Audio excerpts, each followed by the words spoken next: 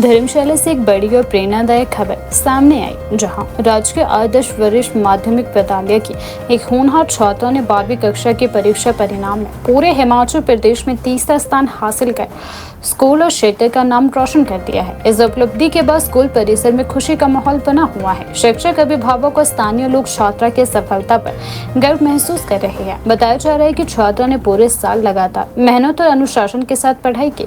सीमित संसाधनों के बावजूद उसने अपने लक्ष्य को स्पष्ट रखा और उसी दिशा में निरंतर प्रयास करती रही। उसकी इस सफलता ने यह साबित कर दिया है कि दृढ़ संकल्प और मेहनत से किसी भी मुकाम को हासिल किया जा सकता है।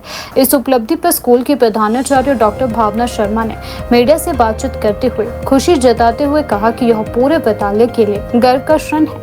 उन्होंने कहा कि हमारी छात्रा ने जो उपलब्धि हासिल की है वह न केवल उसके परिवार बल्कि पूरे विद्यालय क्षेत्र के लिए सम्मान की बात है।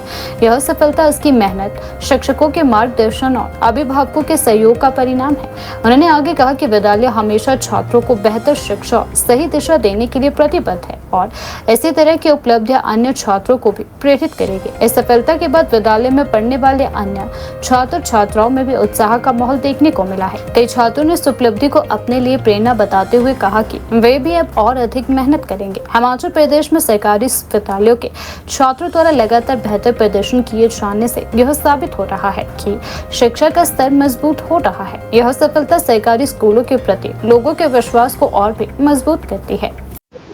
हमारे स्कूल के लिए बड़े गर्व की बात है कि शाम्या बड़जात्या ने हमारे स्कूल की जो +2 की छात्रा है उसने प्रदेश में तीसरा स्थान जो है वो हासिल किया है और उसके मार्क्स जो 98.8%, 99% के करीब जो बनता है। और ये लड़की बहुत ही मेहनती रही है शुरू से ही और मेरे साथ ये जुड़ी है 8th क्लास में जब ये थी और मैं हेडमिस्ट्रेस हुआ करती थी कर्ण स्कूल में, तो इसके पेरेंट्स वहाँ लाए थे। तो थोड़ा सा उस टाइम इसका कॉन्फिडेंस लेवल लो होता था, बट बीइंग अ साइकोलॉजिस्ट मुझे ये लगा कि इसमें बहुत कैलिबर है, तो इस बच्चे को मैंने अपने साथ साथ ही रखा।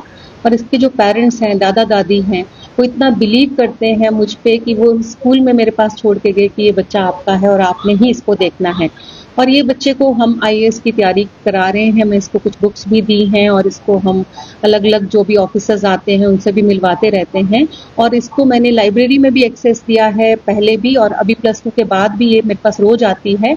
और हम इसको लाइब्रेरी में, जो हमारे पास डिजिटल लाइब्रेरी बनी है और जो सरकार का प्रयास भी है कि बच्चों को, जो हमारे बच्चे हैं और कम्युनिटी को भी दी जाए पढ़ने के लिए, तो वहाँ पे रोज आती है, तो वहाँ पे पढ़ती है और ये IAS बनेगी, मुझे पक्का पता है। और मैं इसके साथ रहूँगी हमेशा। हालांकि मैं अब रिटायर हो रही हूँ 31 मई को, पर ये मेरे साथ साथ ही बच्चा रहेगा और इसको हम पूरा गाइड करते रहेंगे और आगे ये IAS हमें बन के दिखाएगी, क्योंकि इसमें पूरी इसमें, इस बच्चे में इस बात का है कैलिबर, ये बन सकती है पूरा। 100% रिजल्ट है हमारा। और मजे की बात ये है कि हमारे स्कूल में 4 स्टूडेंट्स जो है वो 90% एंड अबव हैं। एक बच्चे ने 96% लिया है और 20 स्टूडेंट्स जो हैं वो 80% से 90% के बीच में हैं और हमारे 11 स्टूडेंट्स जो हैं वो 75% से 80% के बीच में हैं। तो सभी की ऑलमोस्ट फर्स्ट डिवीजन है। सिर्फ 2 बच्चे हैं जिनके 58 और 57% मार्क्स हैं। ओवरऑल बहुत बढ़िया रिजल्ट है हमारे टाडी स्कूल का। देखिए, इसके लिए सबसे पहले तो मैं शुक्रिया करूंगी हमारी हिमाचल सरकार का भी, जिन्होंने इस टाइम शिक्षा के क्षेत्र में बहुत ज़्यादा वो प्रयास कर रहे हैं कि हमारे बच्चे बहुत आगे आएँ। और हमारे जो CM साहब हैं, उन्होंने भी लड़कियों के लिए और बच्चों के लिए बहुत ही प्रयासरत रहे हैं, जैसे डिजिटल लाइब्रेरी है और भी बहुत सारी चीज़ें हैं जो वो बच्चों के लिए लाए हैं यहाँ पे।